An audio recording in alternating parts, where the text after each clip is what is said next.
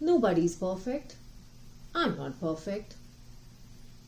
How many times have you used it to your advantage or to avoid any responsibility?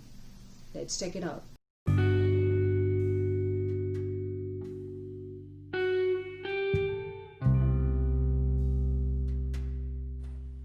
Not expecting perfection from ourselves or others generates a lot more peace of mind and a lot less disappointment.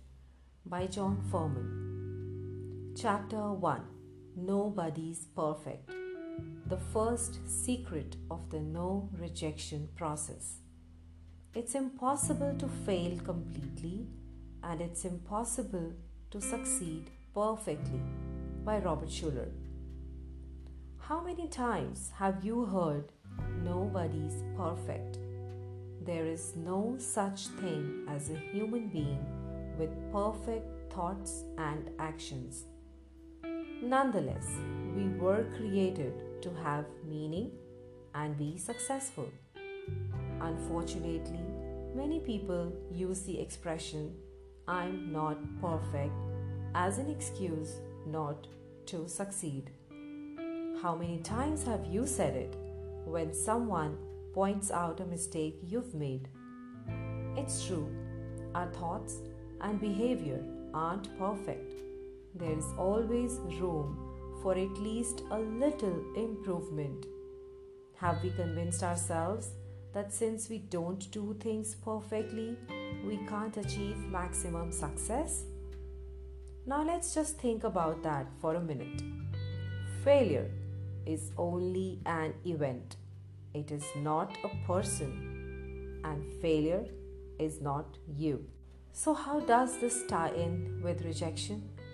They are strongly related, and here's how. Look at what might be considered the most perfect of all human rejection: birth. A child can't be born naturally until the mother rejects that foreign body from her own. The instant the umbilical cord is cut, in most cases, you have a perfect human being, a person who is born to succeed. Regardless of a newborn's outward appearance, it is a creation of beauty and perfection. All living organisms were originally designed to operate to perfection and be successful. God doesn't make any junk. People are nourished not only with nutritional food but also with love and encouragement. Once a baby begins to comprehend and move around, however, the programming to fail begins. We were born to succeed, but as life goes on, we seem to get conditioned to fail. What happens as a child grows? Know this, know that. You will never be this. You could never do that. Hate them. Don't play with those kids. Our family was never known for being smart. Don't get your hopes up. Sit down and shut up. You'll never amount to anything. And on it goes. What portion of our imperfect thoughts and behavior is a result of well intentioned programming? And what is human nature?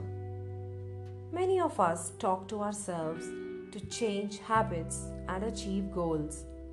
So, how come we don't approach perfection when usually that's what we are seeking? Most of us heard a lot of negative things as we grew up.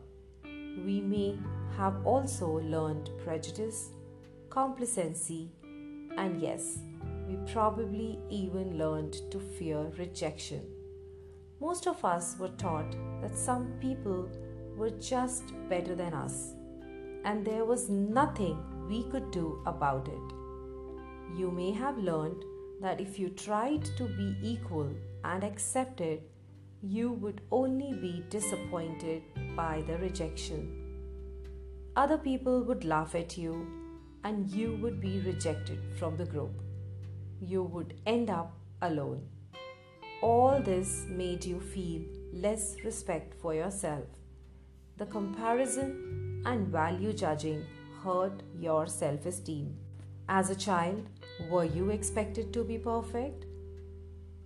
We need to realize our parents and teachers, who may not have been able to accept their own imperfections, might have rejected us when we made mistakes. Then we may have rejected ourselves. To avoid their rejection, we may have gotten caught up in expecting perfection from ourselves. Remember, our role models were just doing the best they could with their level of awareness. As we accept that, forgive them, let it go, and move on, we can create new beginnings. Not expecting perfection from ourselves or others generates a lot more peace of mind and a lot less disappointment. Looks are often deceiving. Be careful not to compare how insecure you may feel about yourself on the inside with how polished others may look on the outside. The more perfect another person appears to be, the more likely they are to feel inadequate. They may be trying to be perfect to feel worthy. No one has their act together totally, and often people are emotionally hurting to one degree or another. The more personally developed a person is, the more likely they are to admit they've got lots of flaws and a number of difficulties to overcome. You are not alone. Is perfection reachable? Can we really attain perfection? No, since no mere mortal has ever done that before, I don't believe so. I'm certain, however, only those who do their best to develop their thinking and behavior will ever truly succeed. However, excellence is within your reach. Your own life is your competition. Yet, how many times have you felt discomfort doing something you believed in, and instead of making adjustments to do it again, you got discouraged and quit?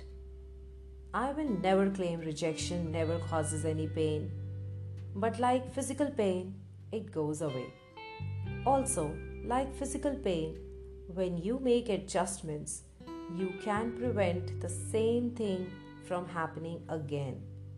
When you force yourself to make adjustments and continue growing, you will get stronger and achieve your dreams and goals sooner. As Robert A. Schuller said, better to do something imperfectly than to do nothing flawlessly. Better to do something imperfectly than to do nothing flawlessly. Isn't that statement so empowering? I am perfect. You are perfect. We are all perfect. We are all perfect at the current state. We are all striving to learn more and be the better versions of ourselves. Now, isn't that a great thing? Here are my 2 questions for you. What responsibilities have you avoided by using the phrase, nobody is perfect? I am not perfect. Second, what have been your limiting beliefs? Or I should say, what limiting beliefs have you developed over the period of time with all such experiences of rejection? Or to say, your perception of rejection. Let's find those out. Stay tuned for the next episode. See ya.